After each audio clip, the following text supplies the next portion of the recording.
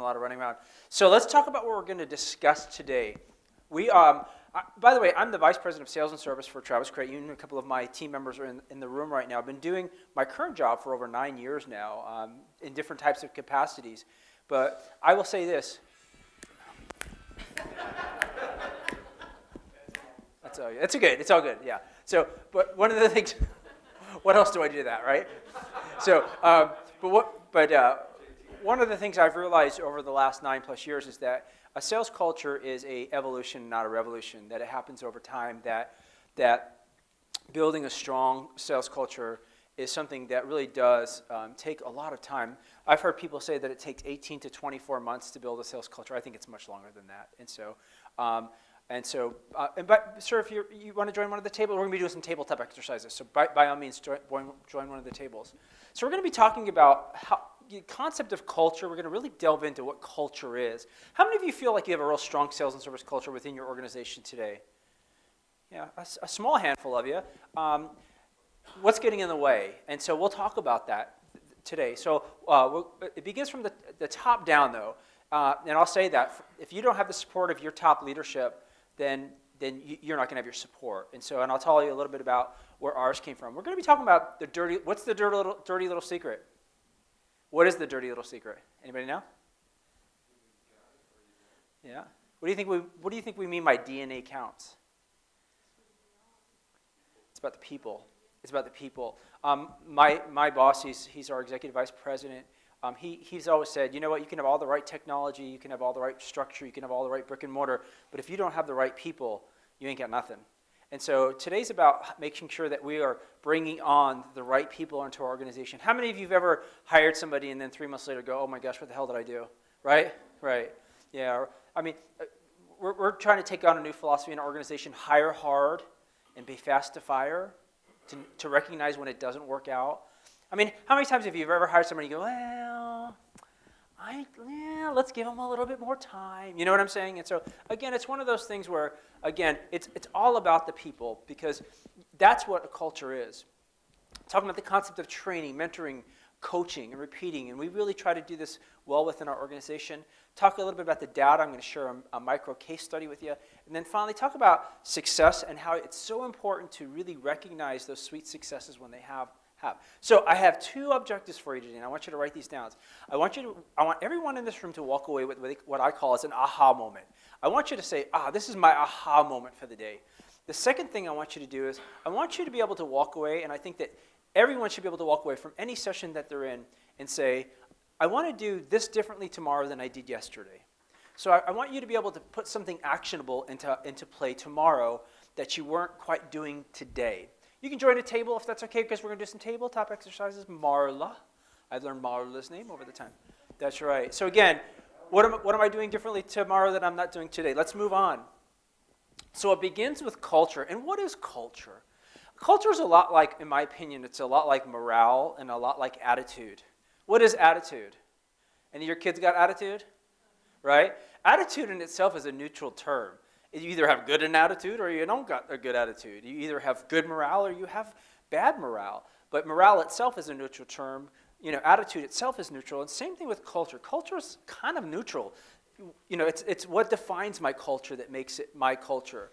And so we'll be discussing that. So culture is made up, let me just really quick, the definition. The definition of culture is the environment that surrounds you at all times at work. It's a powerful element that shapes your work enjoyment, your work relationships, and your work processes.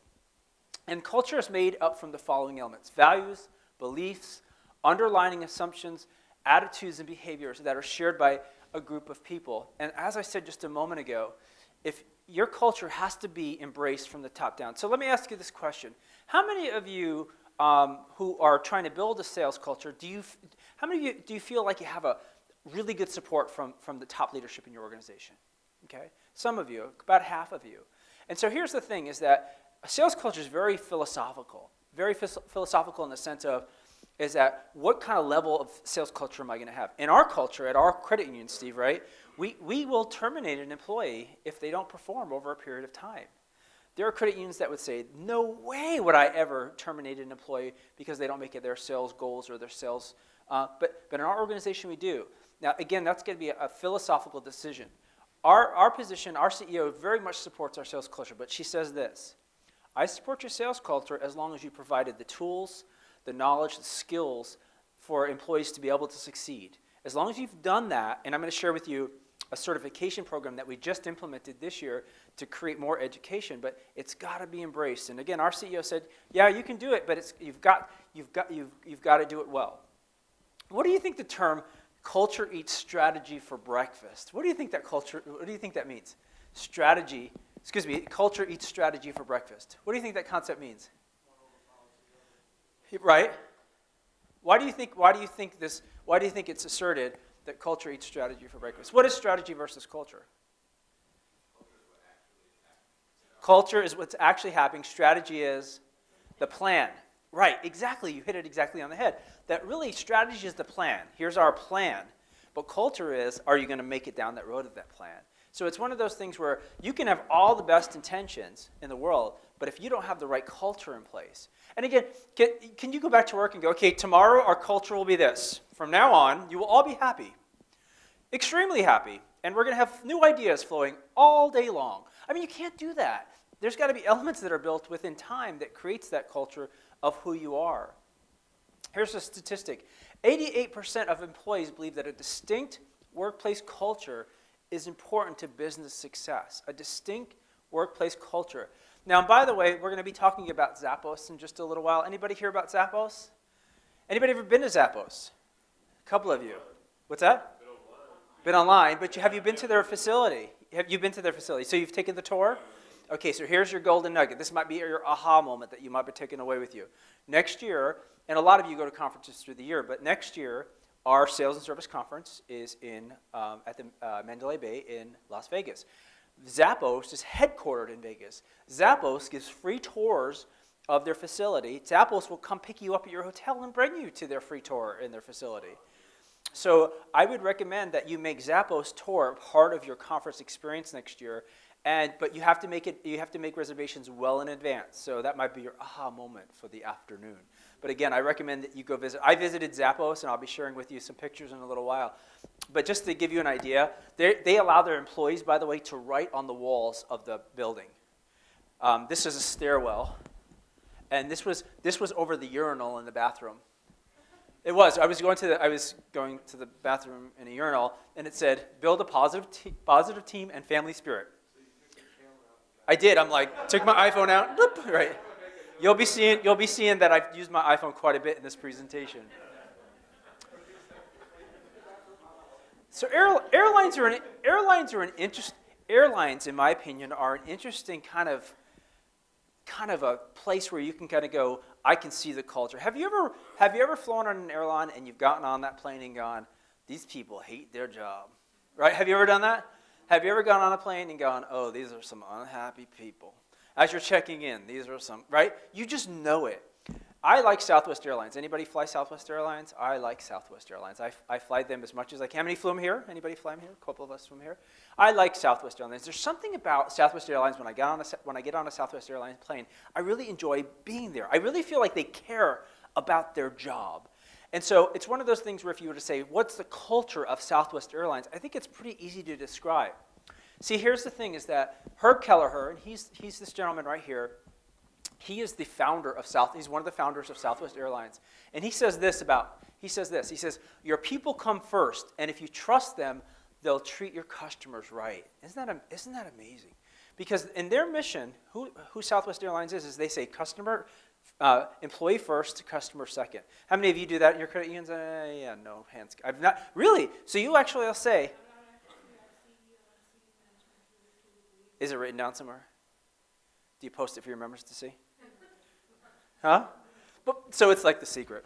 No, but it is within our organization. No, but I get it. No, I get it. So it is part of who you are. Why do you think your CEO says our employees come first, our members come second? Because she believes if we are treated right, if we are happy, we are going to make others happy. Exactly, and we'll be experiencing that in just a few minutes. What you see here is a picture of a gentleman changing a flat tire. I just want to give you a quick story. A little bit about Southwest Airlines. Southwest Airlines was started in the 1970s. Ended the first year with 100 employees and 3 aircraft. 37-ish, 38 years, coming up on 40 years later now.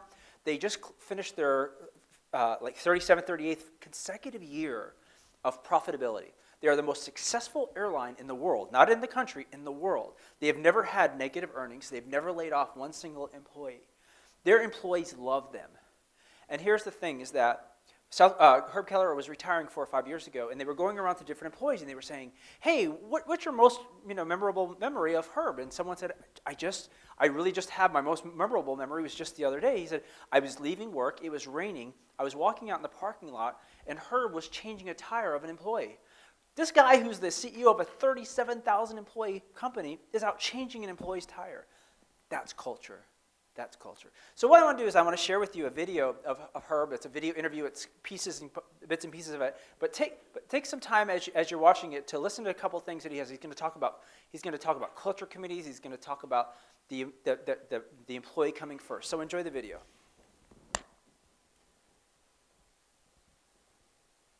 The business of business is people. Yesterday, today, and forever. And as among employees, shareholders, and customers, we decided that our internal customers, our employees, came first. The synergy, in our opinion, is simple. Honor, respect, care for, protect, and reward your employees, regardless of title or position. And in turn, they will treat each other and their external customers in a warm, in a caring, and in a hospitable way. This causes external customers to return, thus bringing joy to shareholders. We believe that our job is not only to provide a far more reliable service at far lower fares, but also to provide a spiritual infusion, an infusion of fun, warmth, hospitality, and diligent servanthood for both employees and our passengers. The intangibles of spirit, in our view, are more important than the tangibles of things. Why? First of all, it's a matter of morality and of ethics. But secondly, from a purely business standpoint, the tangibles can always be purchased. All airlines have airplanes. But the intangibles are far more difficult for competitors to replicate. And unless a company is paying peonage compensation, psychic satisfaction is what employees and even external customers are primarily seeking. If anyone doubts the value of esprit de corps, I suggest a talk with the United States Marine Corps. Esprit gets things done well and fast. Communicate, communicate, communicate, and communicate, but not in corporate speak or bureaucraties, which is not only boring, but hardly understandable. Set up employee services and employee care departments, which are constantly in contact with employees who have any professional or personal problems. Show that you value your employees as individuals, not just as workers. Through word and by deed, join in their every personal exaltation, such as the birth of a baby, and their every personal mishap and grief, such as the death of a relative. You always hear from us when anything important happens in your life. As a business becomes larger and more widespread geographically, establish culture committees. Establish culture committees, in effect, as missionaries to spread the word and keep the fire of culture burning. And constantly honor and constantly celebrate employees who display golden rule behavior, inside or outside the work environment, because they're the role models for all of your people and how you want them to behave. Culture is admittedly difficult to define. I suppose, in that respect, it's somewhat akin to the Supreme Court's definition of pornography. You know it when you see it, but it's kind of hard to define. And I ran into that when Diane von Furstenberg wrote me some years ago and said that she had flown on Southwest Airlines and that she really didn't like our ambiance. And I wrote back to her and said, I didn't know what ambiance meant. I was just damn glad to hear that we had one.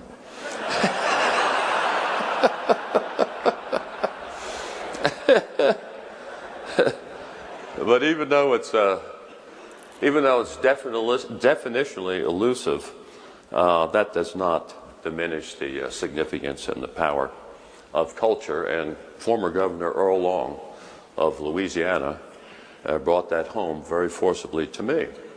The doyen, one of the doyens of New Orleans society, wanted some money to establish a museum in New Orleans. And she called Governor Long and she said, "Governor, you cannot have a world-class city unless you have a world-class museum." And he said, "Well, ma'am, I've been fighting this battle for you for the last day and a half with my staff." Said they wanted to spend the money on schools. I told them no. They wanted to spend the money on hospitals. I told them no. They wanted to spend the money on roads. I told them no. And he said, "You know, when I finally prevailed," he said, when I told them, "Look, guys, if you ain't got culture, you ain't got shit." All right. So what I want to do now is I want to talk to you guys. What happened? It'd be helpful if I move my glass out of the way. Want to do some tabletop exercises, but I want to do these as a group because it'll help us move through these faster. So he says, and we talked about this, is that he states that Southwest Airlines puts their employees first. So what do you guys think? What message does it send to, first of all, their customers? What do you guys think? What message does it send to Southwest Airlines when they overtly say, when they publicly say, we are putting our employees first? Thoughts? What's that? They value the people that work for them. Good. What's that? They got their back. Heard that in the last session too. I thought that was good. Yeah, same. Yeah, They value their customers, and that's why they go make their employees shine. Yeah, they value their customers so much, they want to make their employees shine. We have a saying in our organization: if you're not helping a member, you never treat a member any better than you treat one another. I'll say that again. You never treat a member any better than you treat. Have you ever walked into a store and the employees are pretty damn miserable, and you just know it? And it's like one of those things when they're miserable, they're going to make you miserable. And it goes back to, they have the philosophy that if they treat their employees well, they're in turn going to treat their customers well. And so again, it says to their customers exactly the same thing it says to their employees. How many times have you guys ever had like a merger or you closed one branch down and you move people around and your members come in and they go, "Hey, where's Susie? Where is she? Where is she? Where is she?" And you're like, "We moved her to the Vacaville branch." "Oh, okay. I just want to make sure she's okay." Because your members care about your employees. They want to know that your employees are well. Okay, how about the second one? Culture committees. Isn't that an interesting concept? Any credit union have a culture committee? Anybody have what kind of a quasi? What do you have? We have A fun committee. and fun is one of our core values. Yes. Yeah. Everyone will have fun. You will have fun. We just do. You just do. Yeah. It comes from the top down from the CEO. So let me ask you this question. So what is the fun committee? The fun committee. What do they have the authority to do? They spend money and plan all kinds of fun things to do. Okay. They give away prizes, they have dress-up days, Okay. skating events. She's all skating events. So say that your group said, "Hey, we want to make Tuesday red day. Everybody wears red T-shirts to work on Tuesday." Okay. On Tuesday, when your CEO walks in and sees everybody in red T-shirts, is your CEO going to go, "What?" Or is your CEO going to go, "Okay, they're wearing red T-shirts"? That CEO is going to be wearing a red T-shirt. See, remember, it starts from the top down. And so it's one of those things where, yeah, Tuesday's red T-shirt day, but wait, I have to go to the executive secretary, so the executive secretary can go to the president can get okay the red T-shirt, and the red T-shirt has to be a darker shade of red. It can't be a lighter shade of red because it doesn't want to, right? No, it's got to be, you've got to have the ability to have these kind of things without having a lot of goop get in the way. Good. Anyone else? Anyone else have any? Yeah, go ahead. A branding committee? What does that look like? Well, it's backwards, actually. It's always in the right place, but I think the execution probably is interesting. Uh-huh. Halfway through the branding process, we probably not like consultant did the whole thing with developing a brand. And I think afterwards I realized, maybe some addition Right. Oh, interesting. Oh, stop. So you had never seen a vision or a mission statement in your company? Prior to after we developed our brand. It's a really good point. Let me ask this question. How many of your employees know what your mission statement is? 100%. 100%. How many are no way? Why is it important for us to? Why is it important for our employees to know what our mission statement is? Stryker, why is it important for your employees to know what your mission statement is? Well, like I tell people during some of our presentations, we have all employee meetings quarterly. We don't have a job. We're on a mission. We're on a mission to simplify the lives of our members, simplify the lives of our employees. It's banking simplified. That's our mission statement. Everybody knows it. It's Wow. universal. And we have tried to drive it home. We have an ideas program. We've done a lot of things just to support that mission. But the whole idea is you're not here to work. You're on a mission. That's cool. I like that. Like kind of all on the same bus. I think that's what a mission statement is. It's kind of here's the bus, we're riding down the road. Do you know what your part is on that bus? Do you know where your seat is? And so on. That's pretty cool. Okay, so going back to culture committees, do you think they could work in your organization? And if so, how? I like the fun committee. I like the fun committee. And by the way, another golden nugget for you. If you YouTube Southwest Airlines Culture Committee, you will find videos of people, and just to give you an idea as far as, remember he said as you grow geographically, a lot of times what their culture committees do is that what they'll do is they'll meet a plane coming in, and you know the flight attendants have to clean up the planes and all that. So what they'll do is they'll actually be a crew of people waiting for that plane to come in. They'll have lunch for them, like box lunches. They'll rush the plane. They'll let the flight attendants and the crew eat their lunch, and they'll go in and clean the planes for them. Kind of that's their idea of culture committee. So again, I think it's a really cool idea. And last it says, if you ain't got culture, you ain't got right? What do you think the concept of that is all around? What do you think that, how so? What do you take away from that when you talk about if you don't have culture, you don't, Anybody? I guess if your employees aren't engaged, you're not going anywhere. Right. And here's the thing, and this is what I got out of it, is that she said, if you don't have a museum, you can't have a world-famous city without a world-famous museum. See, here's the thing, is that you have to have people that put those elements into place. And so if you don't have people putting these cultural elements into place, you can't create a culture. And so I'm convinced that you can't just kind of sit around and wait for your culture to happen. You have to overtly work at creating what your culture is and what it's going to be. Does that make sense? All right, good. Let's move on. The dirty little secret. So here's the thing. And by the way, this is, when we visited Zappos a couple of years ago, this is Tony Shea. He's the CEO. He has a cubicle. He does not have an office. Interesting. He has the same size cubicle as everyone else in the company does. What do you think that says about a company? When the CEO takes the same size cubicle as all of their employees. That's right. My position is no more important than you. Now, I'm sure that all of your CEOs sit in cubicles as well. Yeah, not so much. And again, not here either. I'm not. We have been, again, it's the economy.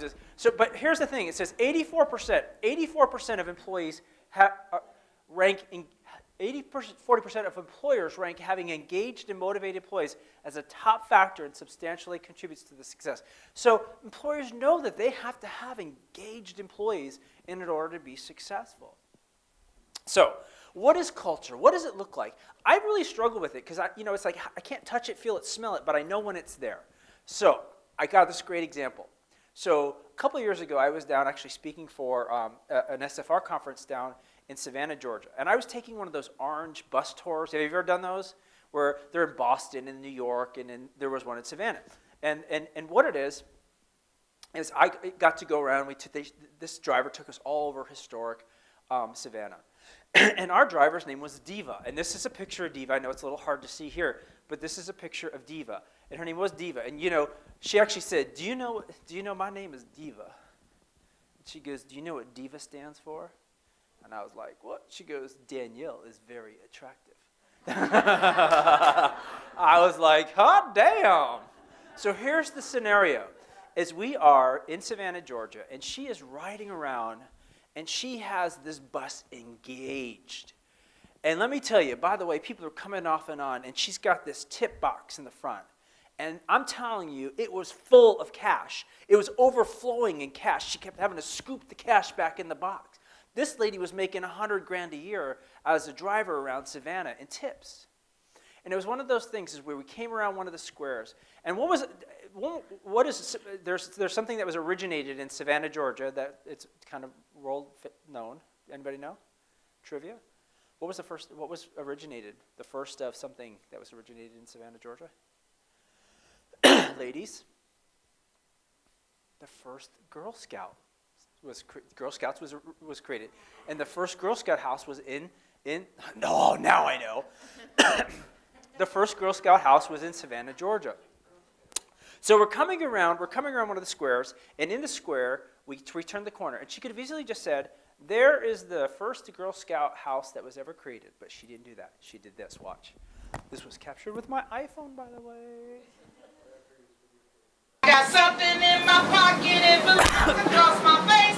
I keep it very close at hand in the most convenient place. I bet you wouldn't guess it if you guessed along on time. Wow. I take it out and put it on a great big brownie smile. Thank you. Thank you very much. Your version is a lot. Thank you very much. So Diva didn't just say, there's the first Girl Scout house. She sang the brownie song to us. And let me tell you, I'm telling you, she was wildly, wildly engaging. How many of you, as I speak right now, could say, I got Diva at work. I got my own Diva. And I want to clone her because every member that comes in wants to see Diva, right? We all have them. And then how many of you have an employer like, I hope that employee quits by the time I get back or gets hit by a truck.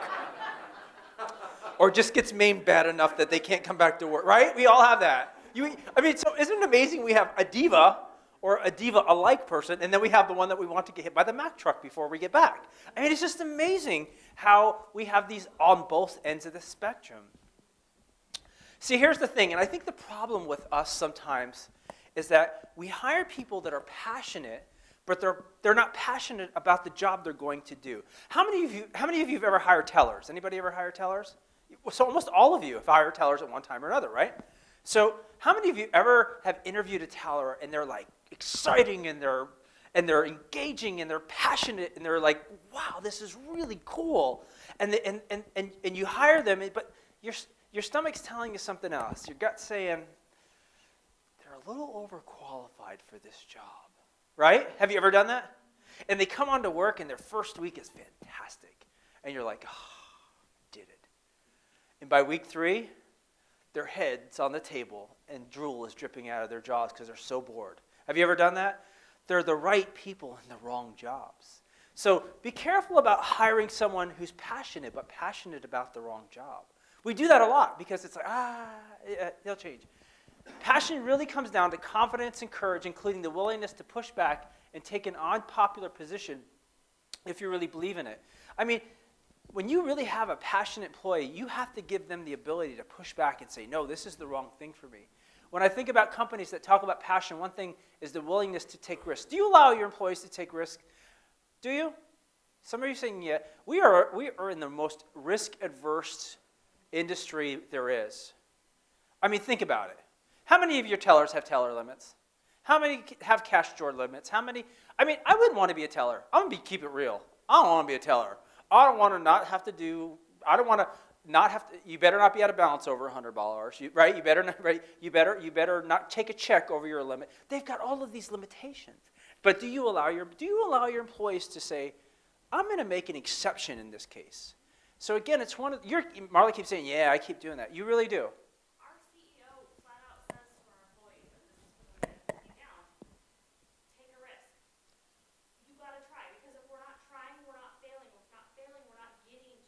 That's really cool. Yeah, that's a really good, did you hear what she said? If you're not trying, you're not failing. If you're not failing, you're not seeing success. I know that there's companies that reward employees for failing. We used to have a branch manager that worked for us that every time their employee got a no when they talked to somebody about sales, he would reward them. Go for no. Go for no. Sell nothing. It's a sales philosophy. Yeah. Well. I like that. I like that. So what does passion look like, and what do great companies look like? Well, I got another iPhone. I'm a little crazy because I do lots of little, when I find something, I go, ooh. So I was telling my Zappos story a couple of years ago, and I really believe, you've been to Zappos? Zappos is one of those places where it's like almost too good to be true. Is this really who they are? Is this really what they do? So you're talking about allowing employees to take risks. Here's a story from Kathy, who was at one of our conferences a couple of years ago. I was telling my Zappos story, and then she shared her story, and I was like, wow, this is really cool. So sit back, relax, and listen to Kathy's story, which I think is really cool. Hi there, I'm with Kathy, and I was doing a presentation yesterday, and I was explaining my Zappos story, and Kathy had such a great story. So Kathy, why don't you share your story with everyone from Zappos, because it was such a great story. I want everyone to hear it. Well, I am a flaming fan of Zappos now. My mom passed away in July, and when we got back from the funeral, I had a package there that had come from Zappos. It was a dress that we had ordered for her, and I called them to tell them I needed to return it. And they asked me the question, why are you making the return? And I said, I lost my mom, and we don't need this anymore, and they're going to credit it back to my account. And this is the part that just blew me away. 2 weeks later, I get a delivery from Pro Flowers, and it was from Zappos, and it was an arrangement of white lilies with a vase, and it was a nice arrangement, very nice, expensive. And I had just made a return, and there was a card that said, "Sorry for your loss, Kara." And it just was so touching, and they didn't make any money off of that. They returned that money. They gave me a credit back to my credit card. And I always talk about Zappos now, and the first place that I go to. I am a raging fan. I mean, I love this company. So it's just amazing, as Kathy said, that, a situation where there was no money to be made, but it was the right thing to do. And look how many people are being reached with this story. So Kathy, I wanted to thank you, and I'm sorry for the loss of your mom, but thank you very much for sharing with us today. Thank you. It's amazing. She said it twice. She said at the beginning and the end, she said, I'm a raging. That's a pretty descriptive adjective. I'm a raging Zappos fan. I mean, she's never going to go anywhere else to buy her shoes or her clothes or what have you than Zappos, because they allow their employees to take a risk, and they allow their employees to think outside of the box so deeply that now they have no idea that there's this dude in Hollywood talking to a bunch of people about this. They would have no idea how far their message has reached. Isn't that a cool story? Really cool story, and it's so true. I don't know if you recognize the lady. We talked about Southwest Airlines a little while ago. Anybody recognize her? Her name's Colleen Barrett. She retired from Southwest Airlines 6-7 years ago now. She started as a corporate secretary back in the 1970s when Herb Kelleher was the founder, and she retired about 6 or 7 years ago as the president of Southwest Airlines. Talking about shattering the glass ceiling, she did a darn good job. And I'm like a junkie about Southwest Airlines. And she was doing an interview one time, and they said to her, Colleen, what is it about Southwest Airlines that makes them so darn successful? They said, is it because you only fly one kind of aircraft? And she said, no, that's not it. And they said, is it because you hedge your fuel prices? Mm-mm. I said, well, what is it? She said, it's because we hire extraordinary employees. Extraordinary employees. And somebody was asking her a question about hiring, and she said, look, this is how we hire. We hire for attitude and train for skill. This could be your aha moment. We hire for attitude and train for skill. To me, that's so profound in the respect of, wow, think about it. I mean, how many of you have ever asked, and let's admit it, we're in a playground, we can do that. How many of you have ever asked a prospective teller how much cash handling experience they've had? We all have, right? Tell me about your cash handling experience. I don't give a crap about an employee's cash handling experience. I want to know how they do at interacting with their employees or with our members. I want to know how they do about engaging our members and asking our members the right questions. I think that's so profound. So here's the thing, is that you need to think about, when I'm interviewing and I'm hiring employees, I really need to think about it from the perspective of, I need to hire the right employee, and I can train them to do the job. It's funny, because she is so tongue-in-cheek, though. She went on to say this. She said, but don't get nervous. We don't hire pilots that can't fly planes. That's how tongue-in-cheek she is. So that's a big company, and I wanted to bring it back down to a smaller company, a company that's right in our own town. We live in Vacaville or work around Vacaville, and we have the Nugget Markets. And so Southwest Airlines, big behemoth company. Nugget Market, very small, 11 stores, a small grocery store, but just something to think about. They've been voted Fortune magazine's one of their 100 best companies in America to work for. 11 stores, and consistently, year after year after year, they continually get voted one of the best companies to work for in America. That's amazing. I mean, just truly amazing. And it's really one of those things, and I think it goes back to their mission, and this is what their mission statement is. And by the way, they have this up at almost every one of their stores, and that goes back to making sure everybody's on the right bus. We are a family of dedicated people with a love of food and a passion for excellent service.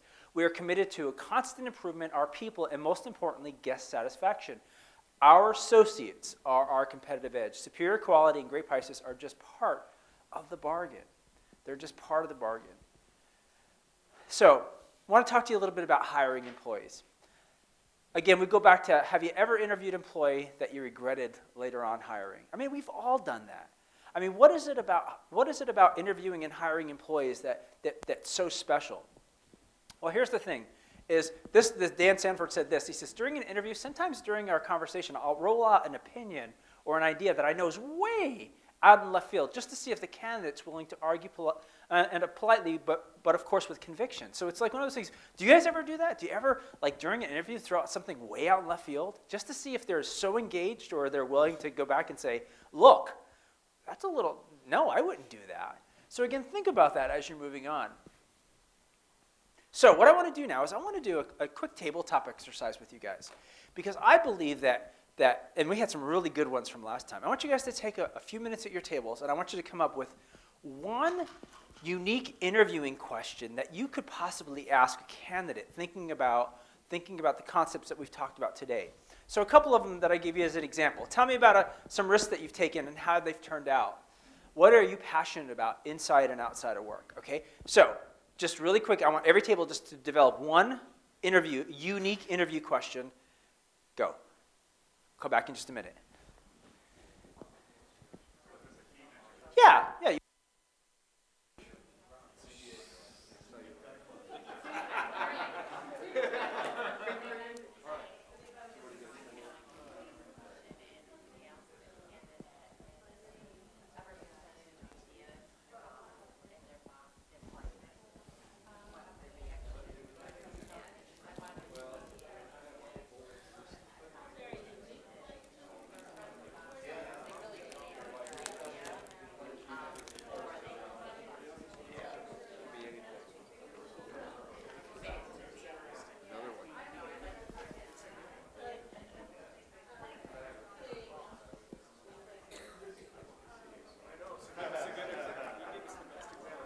All right, finish up.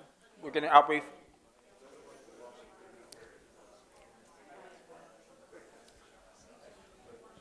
Cut it up. Have someone be prepared to outbrief it. 30 seconds.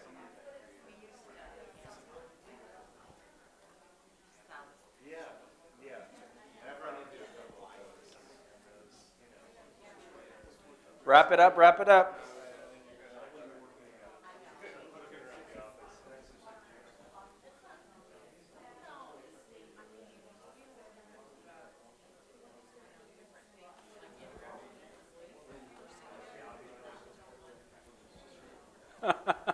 All right, let's finish up. So I just got a quick, how many of you text? You text your kids because you're cool and hip and all that?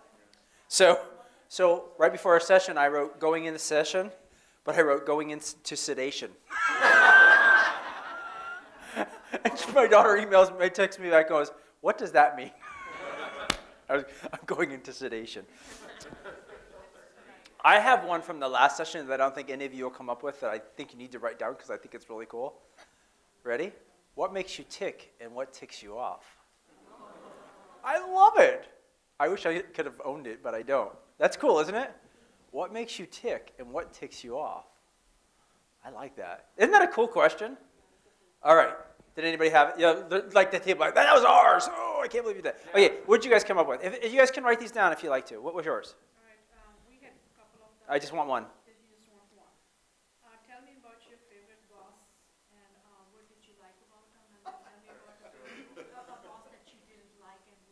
So tell me about your favorite boss and what you liked about them, and tell me about a boss you didn't like and what you didn't like about him. Good. I like that. I like that. Because what it does is it creates a little bit of, you got to tell me some unpleasantries, right? Because I mean, have you ever told somebody, tell me your weaknesses? I can't think of anything right now. I can tell you a few, just, right? What did you guys say? Okay, then say it.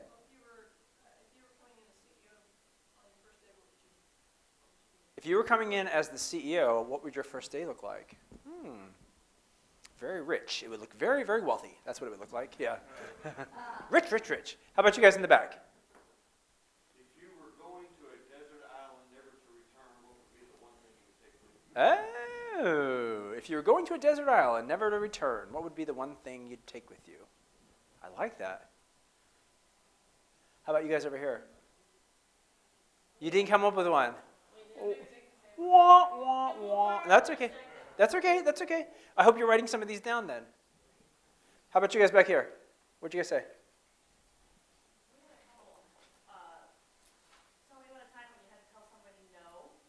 Tell me about a time you had to tell somebody no. I like that. And how you handled it. I like that. I handled that. I like that. Yeah, good. How about you guys? Actually, we were the same as hand to God. It was like, that was exactly, why was your best boss your best boss? Why was your worst boss your worst boss? You could have done that. You could have been like, they stole mine. They stole mine. Hand to God. Yeah, I like you guys. All right, okay. Hope you guys are writing these down. Okay, what else would you guys say? Tell me about a time where you had this great idea and you presented it to your boss and your boss said no.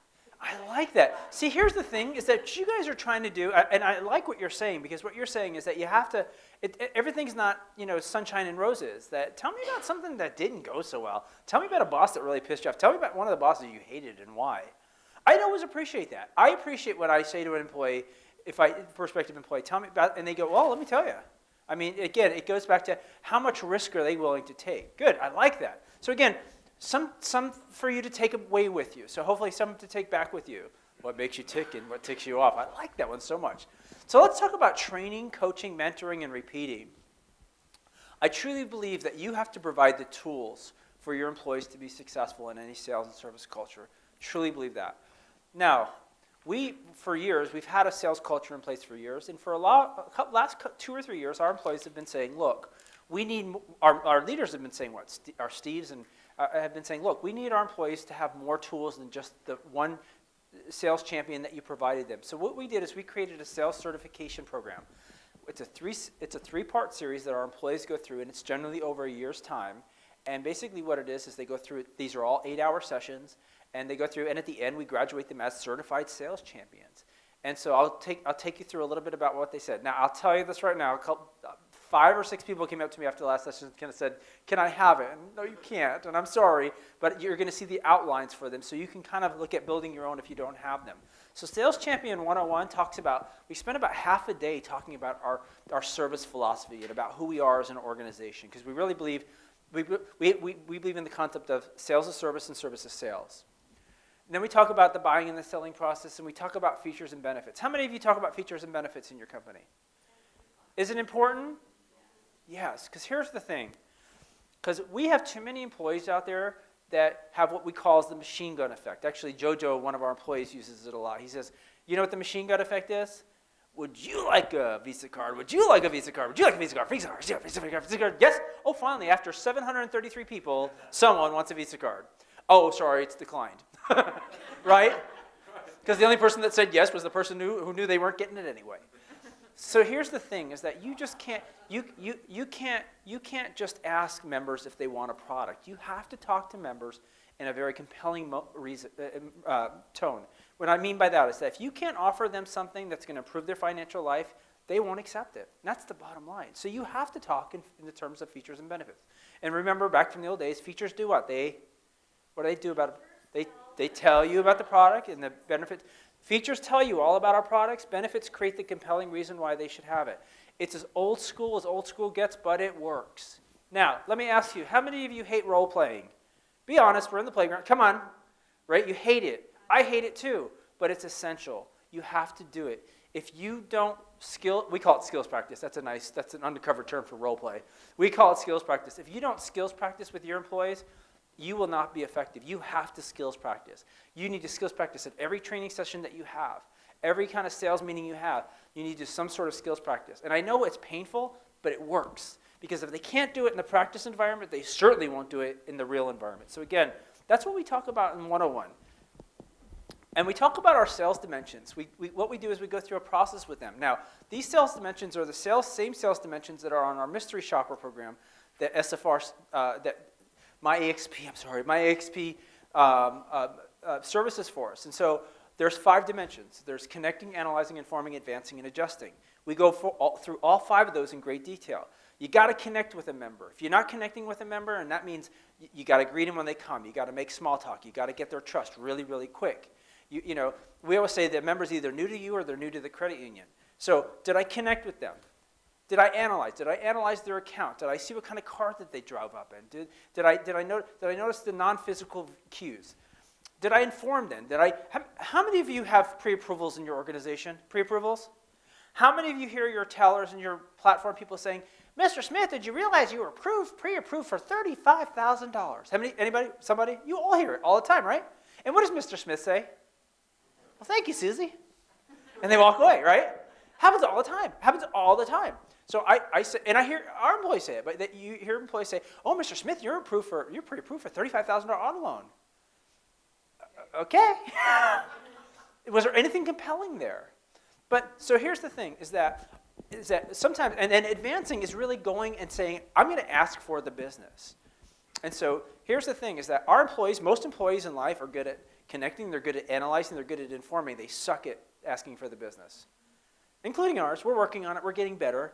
But it's true. They go, I don't want to be pushy. I don't want to go out of the realm. But here's the thing. You have to encourage your employees to ask your members for the business. And then adjusting is adjusting when members object. So, but members can't object if you don't ask. So again, we go through these dimensions, and you've got to train on a solid, whatever program it is, it's got to be a solid program. 201, we review 101. We go through features, we take a deeper dive into features and benefits.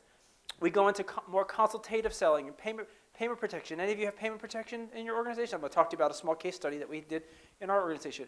Mining credit reports. How many of you pull credit on new accounts? What are you doing with that? How many of you pull credit at the new account and the employee doesn't see the credit report? Anybody? Liars. Somebody in here is going to do it. Yeah, I'm telling you, you have to deep dive into your credit. We call it credit scraping, mining credit reports. Do you teach your employees how to do it? So do your employees know how to line by line read a credit report? If they don't, they should. If they don't, they should. Your employees need to know what your member has. And unfortunately, technology hasn't caught up with us yet. Here's the thing, what should happen is that your employee should open the account, credit should be run, all this technology should happen, and it should pop up on your screen to say, offer Steve Latch to refinance that 2010 Ford Explorer that he's got financed at Wells Fargo because he's paying this and we can pay this here, and it should do that. It ain't doing that yet. But until that does that, we have to scrape credit. And then finally, more skills practicing. Finally, 301. We review 101, we review 201. We go through some more of the philosophical things. How many of you use Radin or other kind of data like that? So we review kind of big picture. Do you guys talk about services per household? Services per member? Your employees got to see the bigger picture. We talk about real estate lead, and we also talk about outbound calling. Do any of your retail people do outbound calling? They should be. I mean, your employees aren't helping members every minute of every day. So again, that's just an overview of our certification program, and it really does work really well for us.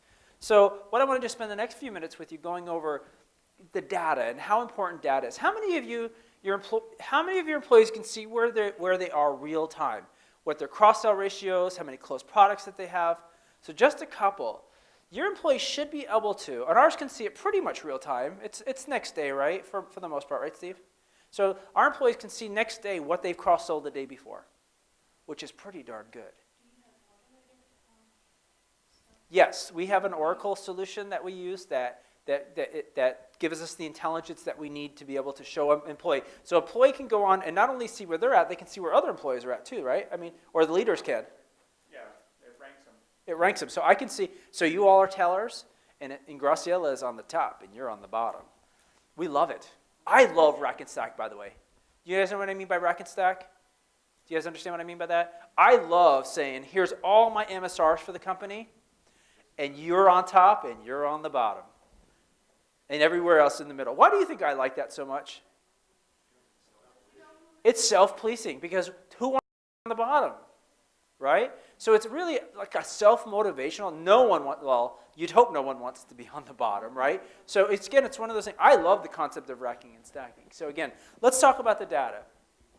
You have to be able to have data in front of your employees all the time. Sometimes we have a lot of technology. We have what we have Travis Intelligence, which is an Oracle solution that tracks our employees. We can look on every day that we're there to see how our branches are doing, how many loans we've booked, how many real estate loans we've booked. We really do have some good, but then we have some real manual things like Steve has in his office. Steve's a regional manager. You oversee what, 7 or 8 branches? 8 branches. And so Steve has what loan requirements there are every single month for those 8 branches, which is what? Do you know what it is offhand? 3.9 million. So for his branches have to book $4 million a month. We know that organizationally, for us to make our corporate goal, we have to book about $12 million a month in order for us to make our so this is my office, and these are two ones. This is membership. These are new accounts, and this is our loan dollars. It's as simple as it is. It's data, and it's in front of us at all times. We measure our SOS scores, our spotlight on sales, which is through support, and it tells us how well we're doing on those 5 attributes. You know, again, it's one of those things where we do a great job at the first 3, and then when we go to advanced, then we struggle. But we are doing better in our sales and our service scores. So I'm going to just do a really quick micro study with you, just really quick. So about 2010, we knew one thing for sure is that our payment protection penetration sucked. It was about 16% across the board. It was terrible. So we knew that we wanted, and everybody sell payment protection? Right? And so payment protection, which means that it would be like life insurance or unemployment or disability. And then we also sell GAP, which is a different product, and GAP is what, it pays for the vehicle if there's a gap in what's the payoff versus what the value is. So our penetrations were about 16, 17% in GAP and MVP. And we knew one thing for sure is that we wanted that to be better. And so what we did is we created a goal of 30%, which was almost double of what we were doing. Okay? And so here's another golden nugget for you. Use your vendors. Use your vendors. We use CUNA Mutual. We kill them. We work them to death. You do too? Good. They deserve it. But we do. We work our vendors to death. We take full advantage of. Why do we do the training if we can have someone else come and do it, right? So again, work those relationships, and they've done a great job. They really have done a great job. So we brought CUNA Mutual in. We did a lot of training. We enrolled in the lender development program. We created that. So between 2010 and 2013, our penetration. And I will tell you, over the last couple of months, our penetration's been 45, 46%. So our GAP and MVP penetration's been, we call our payment protection MVP, that's been 45, 46%. What you focus on gets done. What you focus on gets completed. What you focus on, what you manage gets measured. What you measure gets managed. So here's my recommendation to you in that area. Don't bite off the whole, don't eat, we talk about, we have a saying in our organization, eat the elephant one bite at a time. And choose your battles. So not everything's going to be 40%. We sell other ancillary insurance products, but these are the 2 that are important to us. Anybody have, what kind of penetrations do you guys have on your payment protection? I heard some have 16, 70%, but 70? Yeah, cut that out of the video, please. Because my boss will see and say, I want 70% penetration. About 40, yeah. I was going to ask you, do you communicate your results? Is that the next day results so people see what they closed the day? Oh yeah, yep, absolutely. Because I think that's a key too to getting there. Absolutely, absolutely. Yeah. I'd love to report monthly for you. Yeah. But that's too late. Here's the thing with data. Thank you, Steve. Here's the thing with data. Here's the takeaway with data, is that 5 years ago, we were setting goals at the beginning of the month, and we weren't able to actually reflect on anything until the end of the month. And then we went, holy schmoly, can't swear in front of the camera, holy schmoly, Susie, you didn't do so good. Now we can know on day 3 that Susie's booked 4 loans and she hasn't had payment protection on any of them. So Steve can go to her manager, and his manager can go to the employee and say, you just booked 4 loans and you got nothing on any of them. So, and again, we rack them and stack them, don't we, Steve? They know it. They know when they're on top. They know when they're on the bottom. And believe you me, those who are on top want the top. Yes, ma'am. Can I just ask a quick question? Do you hold payment protection of equal value to loan protection, or of less, more? Well, loans are pretty damn important right now to all of us. Or what do you tell the employee? Which one's more important? Well, it's really loans because you can't have Gap and MVP on if they don't have a loan. So really it's loans, and when you get the loan, you better get that Gap and MVP. Do you pay incentives? Sure do. Do you pay new loans? Sure do. Do you pay payment protection? Sure do. Which one do you pay more on? Loans. Gap will pay $25 for a Gap policy. You sell 8 Gap policies a month, you got $200. Yes, ma'am. And I'm coming up on the hard hour, but I got a little bit longer to go. Are you guys okay? It's break after this anyway. Nothing gonna get drunk. Not gonna get drunk anyway after this. I don't think there's any free booze tonight, though. Assuming you set individual loan goals for your employees, Yes. do you set Gap, MBI, Yes. debt protection goals? Yes. We just did that last year. Yes. It's been phenomenal. Yes. Yes. You have. Oh, it's only team because we don't want anybody to feel bad. No, of course it's individual. No, we do. I'm kidding. But yes, we set individual. We have individual and team goals. Yeah, we did both. What's that? You have to make individual before you can make team. So you can't make, so if you make individual, you can't make team, but the team has to hit team. Certain dollars have to be hit before any payouts available in that team anyway. So you have to make your loans book for the month in order to enjoy the team payout, right, Steve? So the answer is yes and yes. That there's individual, and then there's the team. You got to hit individual. We actually have 3 levels. Oh, we do, don't we? We have safety, because we do have a corrective action process. No payout, but you don't get your head cut off. And we got individual, and then we have team, or goal, whatever we call them now. So yeah, okay, all right. So we also do a lot of employee testimonies these days. I tell you, here's could be another golden nugget for you. If you are not using your employees as your biggest advocates, you should be. We put them on our intranet, and I'll show you that in a little bit. But we have our employees on Enlighten that say, hey, Steve saved a member $375 by refinancing their vehicle with Travis Credit Union. We also do video testimonies that we play in sales training in different places. And here's Helen, just real quick. It's a real quick testimony that we share in our sales training. Usually I get involved when members decline the protections, and I want to make sure that I understand that they are making a well-informed decision on why they're not accepting it. And very recently we had a member and her husband literally fighting in front of us, making it very uncomfortable for us, but the husband didn't want it. The wife wanted it, and finally through the conversation they accepted the protection. And last week she has lost her job unexpectedly. She had no idea she was going to be laid off, and she's in the process of the claim. And it's very rewarding to know that had I not gotten involved, they were declining it, and she would have been in a worse position. Use employee testimonials. Use it for training. Use it for your members. Your members need to see this. So let's just close with, this is just a quick couple of slides, that you have to celebrate success. And here's my position is that I've been doing this for coming up on 10 years now. I think all recognition programs have what I call as a shelf life, which means that they get stale, they get boring, they get old. I'd say don't keep any kind of recognition program more than 3 or 4 years. 2, 3, 4 years. If you do much longer than that, no one cares about them anymore. So here's the thing is when we started out with our sales and service. I'll tell you, when we give an award to one of our employees, one of our branches, it's almost like they win the Academy Award when we walk in with these awards. And first it started 9 or 10 years ago with the Sales and Service Awards.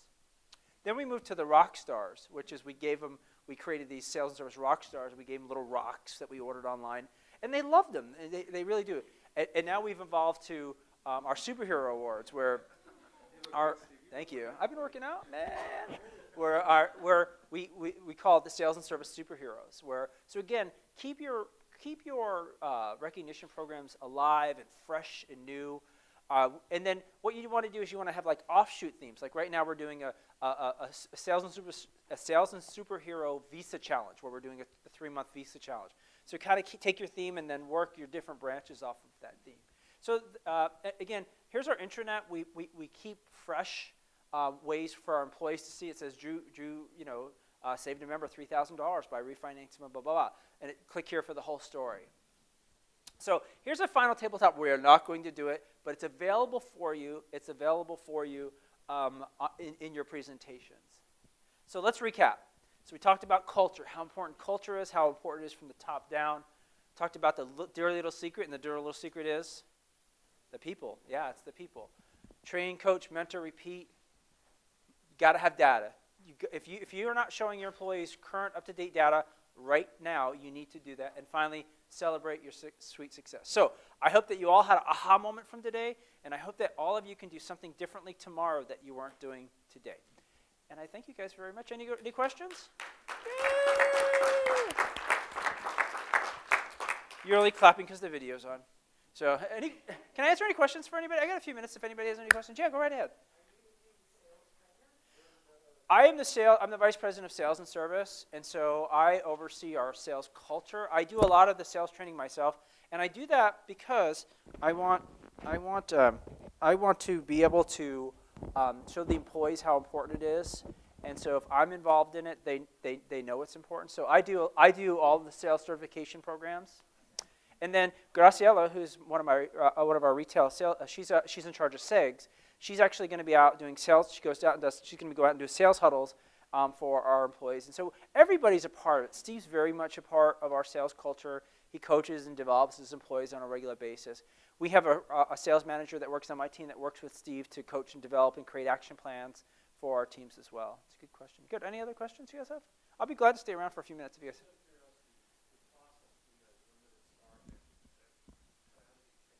Well, it started about 10 years ago now. Yeah, it's been a long time. And they say, I don't know if I said this session or I said it last session, but they say a successful sales culture happens between 18 and 24 months. Good luck to you. It takes a long time. It's we're 10 years into it. It's still, I'd say, are we mature?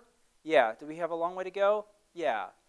Sales and service is, a culture is a lot, it's very, they say it's a lot, there's a lot of science because there's a lot of data, but there's a lot of art too. There's a lot of finessing. Some things we've implemented, sometimes we'll set goals for the year. Like we set dollar goals last year. Well, the economy changed a lot, and we blew those out of the water. And so sometimes it's an art, and sometimes it's a science, So it's really one of those things where, we've had things that we've tried to implement that have bombed on us. And, and again, it's that you can't be afraid of failure, reward the failure. So, any other questions? All right. Yes. Absolutely. Absolutely. Yeah. This is a good point. We make all employees go through Sales Champion 101, whether you work in facilities or you work in accounting or you work in a branch. Everyone goes through this program. It's kind of like that. They make all of their employees go through at Zappos. Zappos makes all their employees go through the same program. It's the same thing with us. And it's funny because I literally had somebody from IT in my class. I had a class last week. We had 40 employees in the class. And literally the guy in IT was like, I don't know why I'm here. And we were like, you will by the end of the day. And he did. He was like, oh, I get it. I understand. Because, although he doesn't work with our members directly, he knows that, if you're not serving a member, you're serving someone who is. And he really embraced that by the end of the day. So, and we get him quickly. So it's quickly, we do a training class once a month, at least once a month. So we have one of the 3 sessions in place. Sometimes we do 2 times a month. So all the time. You got to, again, educate, and re-educate. So good question. Anything else? You're like, get me out of here. I need to go drink something. Okay, you guys. Thanks a lot. Have a good day.